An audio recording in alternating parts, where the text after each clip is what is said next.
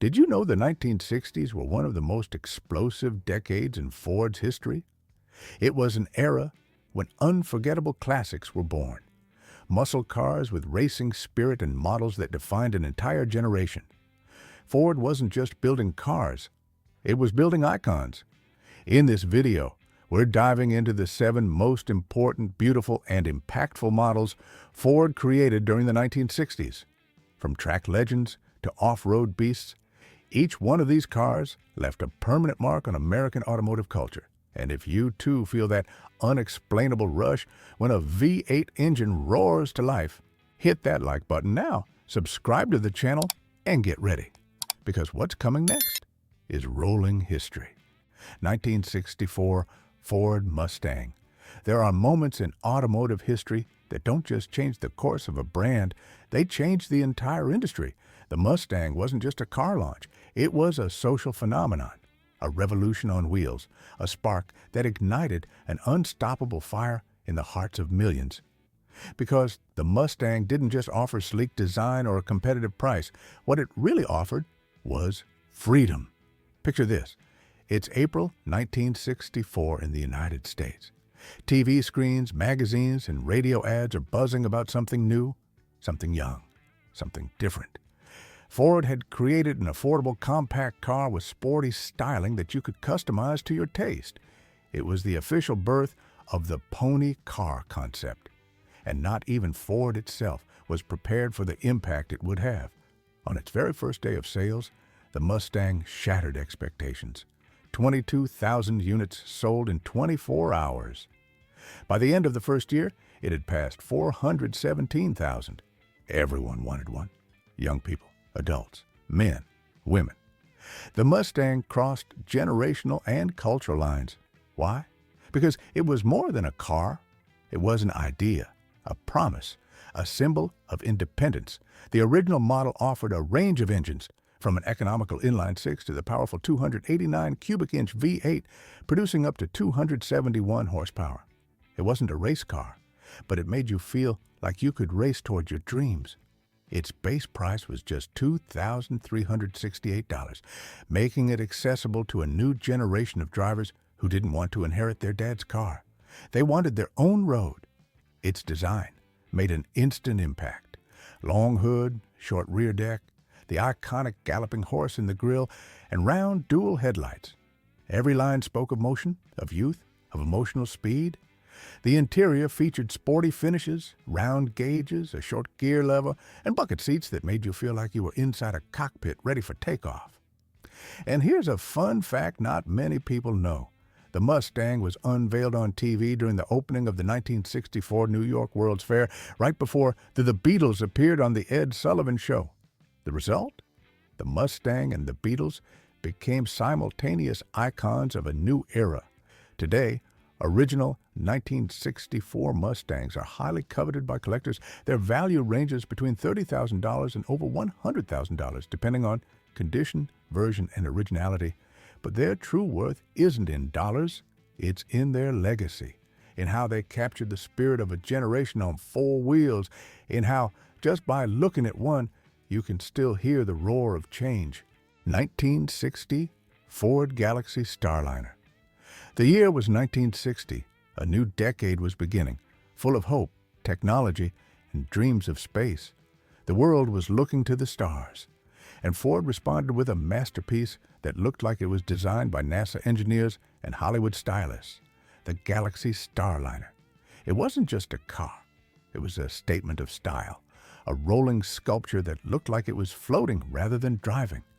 A perfect blend of American luxury, futuristic aerodynamics, and timeless elegance. The Starliner represented the pinnacle of Ford design at the start of the 60s. Its name, evoking galaxies and space travel, was no coincidence.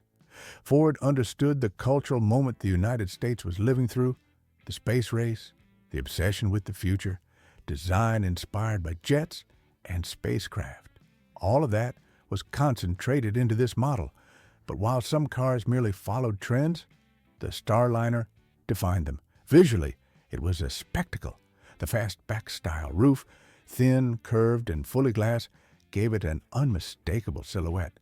Its flowing sidelines, low stance, integrated dual headlights, and smart use of chrome made it one of the most beautiful and sophisticated cars Ford ever produced. Even standing still, it looked ready to take off. Beneath its refined looks, the Galaxy Starliner had real substance. It was offered with V8 engines ranging from 292 to the legendary 390 cubic inches, delivering up to 300 horsepower, depending on the version. Its transmission could be manual or cruise-o-matic automatic, and it delivered a smooth, quiet, and surprisingly agile drive for a car of its size. But what stood out most was how it balanced performance with luxury. The interior was finely finished with premium upholstery, a wraparound dashboard, metallic accents, and a steering wheel that looked like it came from a commercial airplane.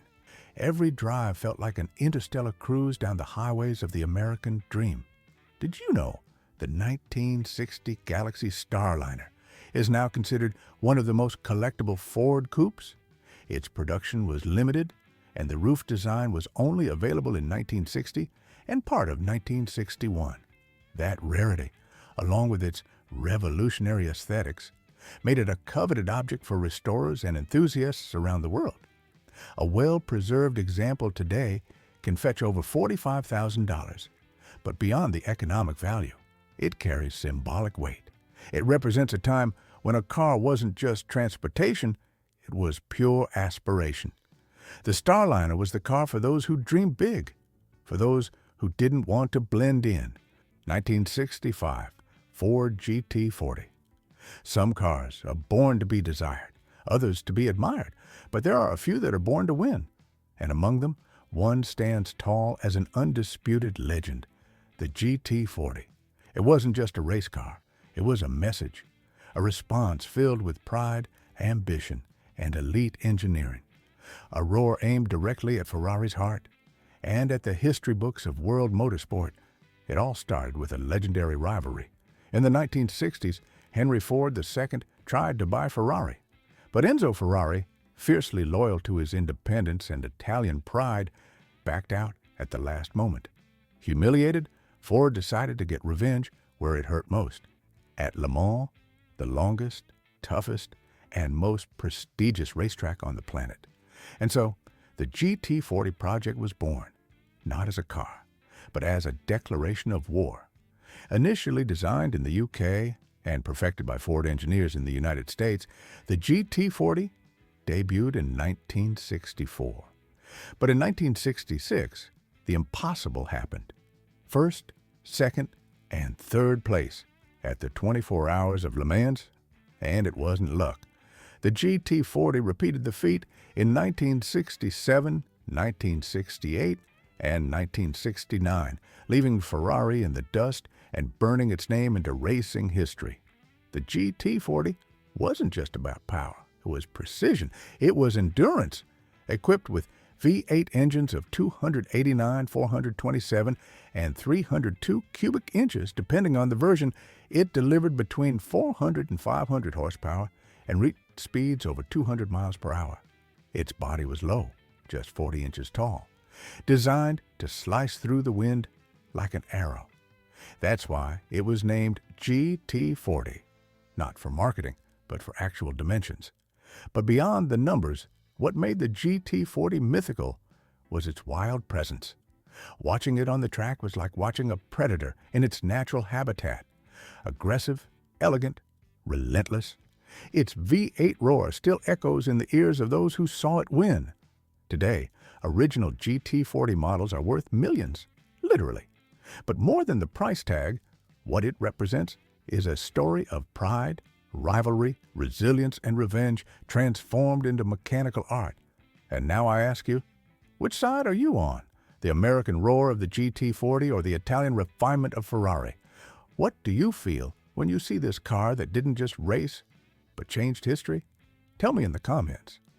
1969, Ford Mustang Boss 429. There are cars that scream power, others whisper it with elegance, and then there's the Boss 429, which didn't need to speak at all. its mere presence on the street or the track was enough for everyone to understand. The boss is here. Its aggressive silhouette, bulging hood, and guttural roar left no doubt that this was one of the wildest, rarest, and most coveted muscle cars of all time. But its story didn't start with design or looks. It started with racing. In the late 1960s, NASCAR required that engines used on the track had to be homologated in at least 500 production units. Ford had an ace up its sleeve.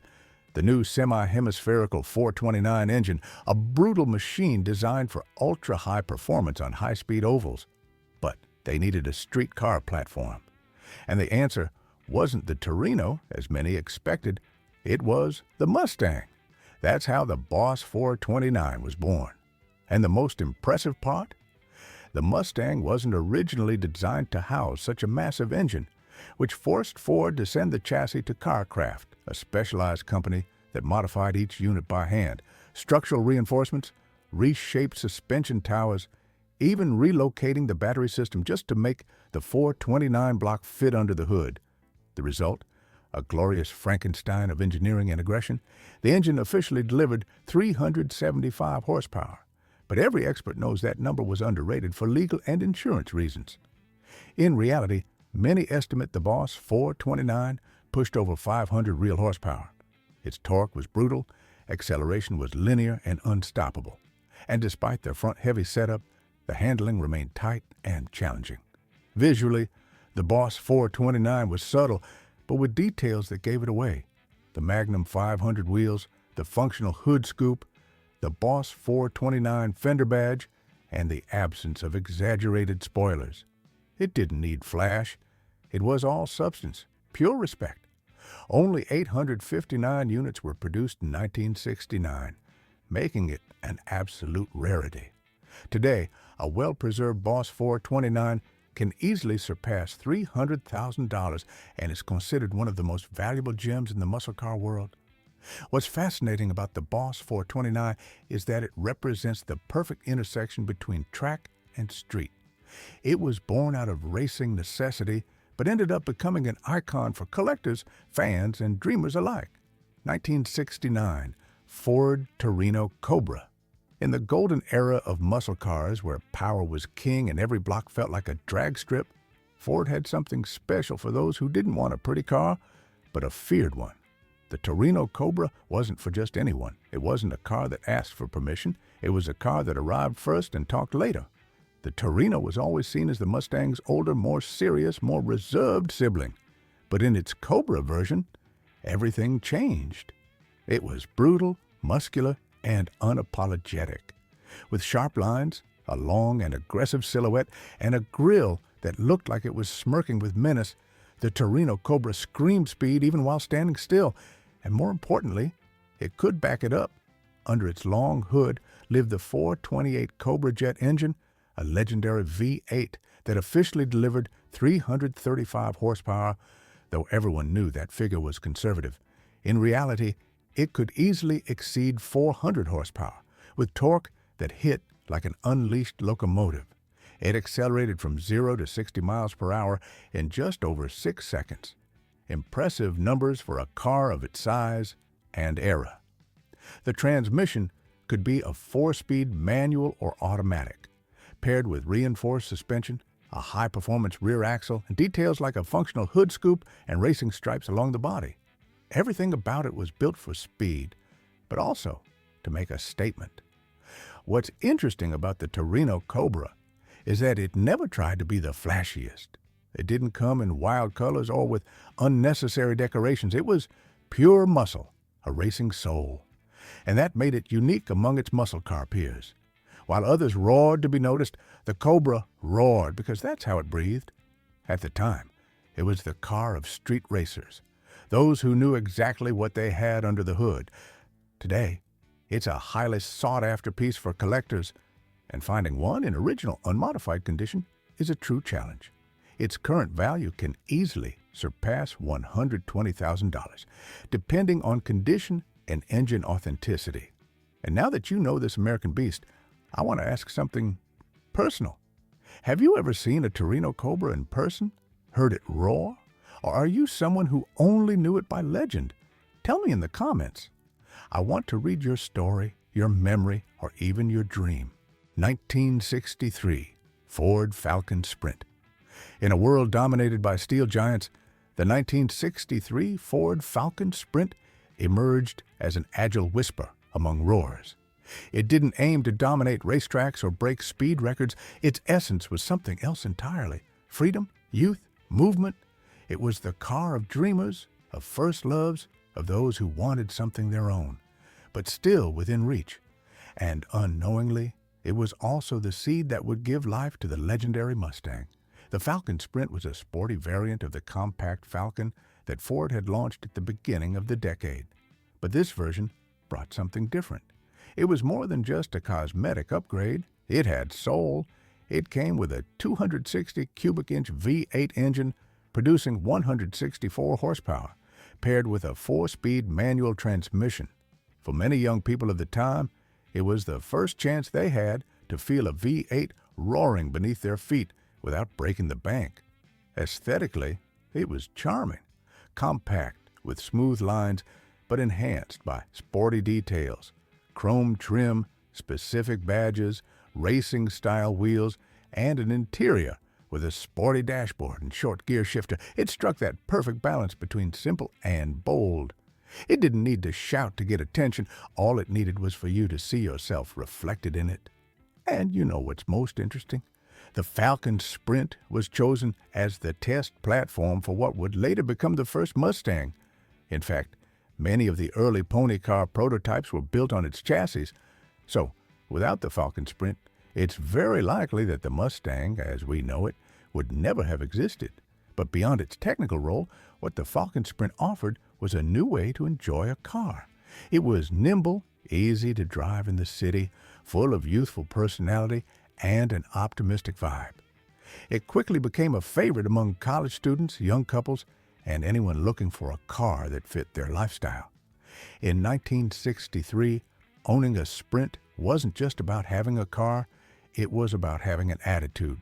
Today, it's an underrated gem within the world of classic Fords. Its value has been steadily increasing, especially among collectors who understand its historical role. A well-preserved model can exceed $25,000, and it's common to see it at shows where true enthusiasts don't just admire it, they thank it. Because if the Mustang was the roar of a generation, the Falcon Sprint was its first heartbeat. 1966, Ford Bronco. In an era where roads were the way, this vehicle was born for everything else. While the world turned toward comfort, speed, and urban design, Ford decided to look in another direction. They set out to create a vehicle that didn't need pavement to shine, one that didn't fear mud, dust, rocks, or the solitude of open landscapes. That's how the Bronco was born, small, tough, authentic, and ready to take on anything.